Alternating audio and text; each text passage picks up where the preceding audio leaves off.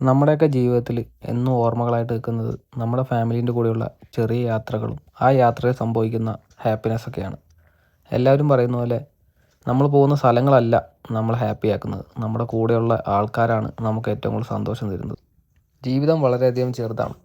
ആ ചെറിയ ലൈഫിൽ നമ്മുടെ മാതാപിതാക്കൾ നമുക്ക് വേണ്ടി ഒത്തിരിയധികം സ്ട്രഗിൾ ചെയ്തിട്ടുണ്ട്. അവർക്ക് വേണമെന്നുള്ള പല കാര്യങ്ങളും നമുക്ക് വേണ്ടി അവർ മാറ്റി വെച്ചിട്ടുണ്ട്.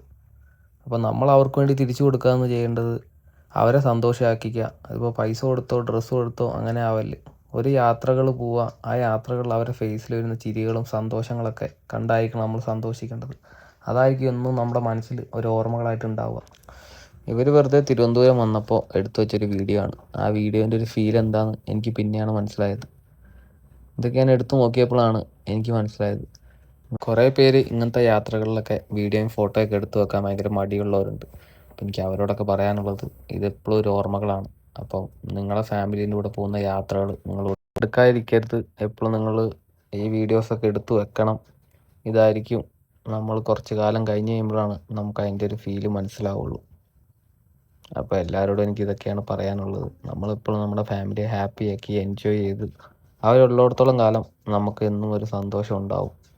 അപ്പോൾ അത് നിങ്ങളാരും മറക്കരുത്. നമ്മൾ ഫ്രണ്ട്സിൻ്റെ കൂടെ മാത്രം ട്രിപ്പ് പോകുന്നവർ എപ്പോഴും ഫാമിലിയും കൂടി ഓർക്കണം.